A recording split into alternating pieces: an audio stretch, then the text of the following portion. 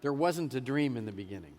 I grew up in the radius of about 3 miles in the San Fernando Valley. Doors always unlocked, people coming in and out, very safe, with no intention of getting into the movie business. Frankly, not even aware of the fact that we were living in the movie business or television business. So only after college, when I got a job, and it happened to be as a law clerk at Warner Brothers, that I realized, oh, here we're in Hollywood, and that's where stories are told. In television, you can tell all types of stories, and you can break every rule possible. And so the television business is is very much the new frontier financially, and it's the new frontier in terms of telling stories, edgy, great, dramatic stories. It does change, well, it changes the way that you physically make the content for sure, in that with the rest of the development, you don't have to shoot the shows consecutively, and they don't have to have the sort of same sequencing in terms of its narrative storytelling. So it physically changes, which would then reverse engineer that back, enables you to do things you wouldn't ordinarily do, because in, say, Arrested, Jason Bateman's now a movie star, a few others are movie stars, and you wouldn't ordinarily be able to get them into a TV series. Netflix doing this, and other networks, if they were to do this, would enable you to get higher quality talent to be in their show. If you get it right, that the power of social media can be the most effective marketing tool you have. When we do it about the show, we do see that it can be very effective. And I'm sure many in this audience use social media, Facebook, Twitter, MySpace, and so on, to drive interest.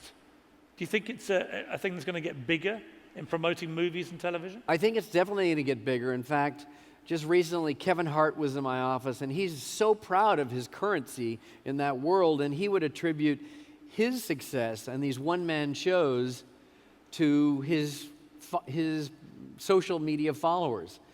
For me, I don't know what I have to find my handle, I guess. I guess it's curiosity. Well, I've been doing this for about 26 years, and for 26 years, I will every week, or at the very least every 2 weeks, meet someone that's expert in anything other than entertainment. So it would be science, medicine, politics, religion, any art form, skateboard culture, prison culture, high art. So I will do this every 2 weeks, and I've done it for 26 years. And I started off doing it because I realized I didn't learn very much in college. So I thought, how will I augment my college education? How will I augment my learning? And I will do it this way. I quickly found that I could meet the greatest experts in the world. I met Jonas Salk, I met Edward Teller, the father of the hydrogen bombs, hundreds of Nobel laureates. I met all these people in the beginning just because I could.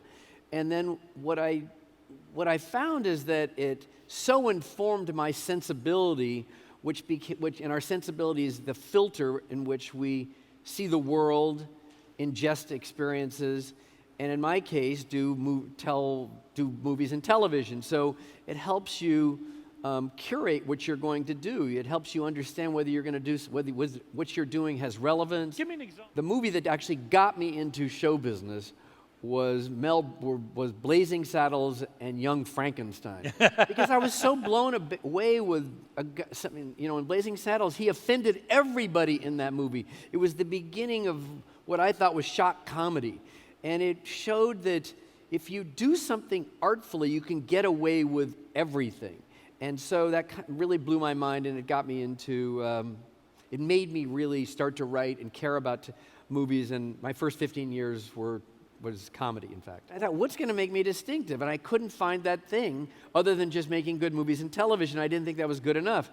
I got out of the pool. I pushed my hair up. My daughter said, "That looks great, Dad." I popped my hair up, and that became the sort of signature hairpiece.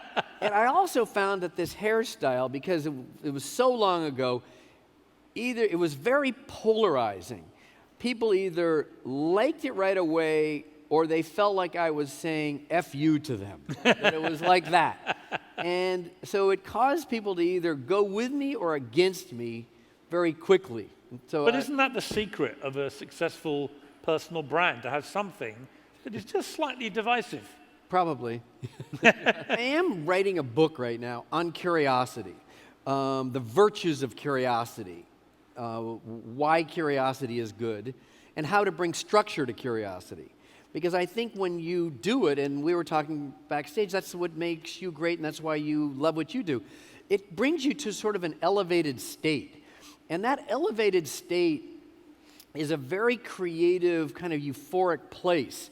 It's almost like a cloud, and it can move into any genre. It can move from whatever you're doing, whether it's storytelling or being a dad or religion. It's a very good place to be. So I think I would like to write this book and write it successfully. I think it will be a good thing.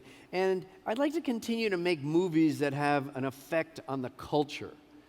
And I like them to make money, but that's really secondary for me.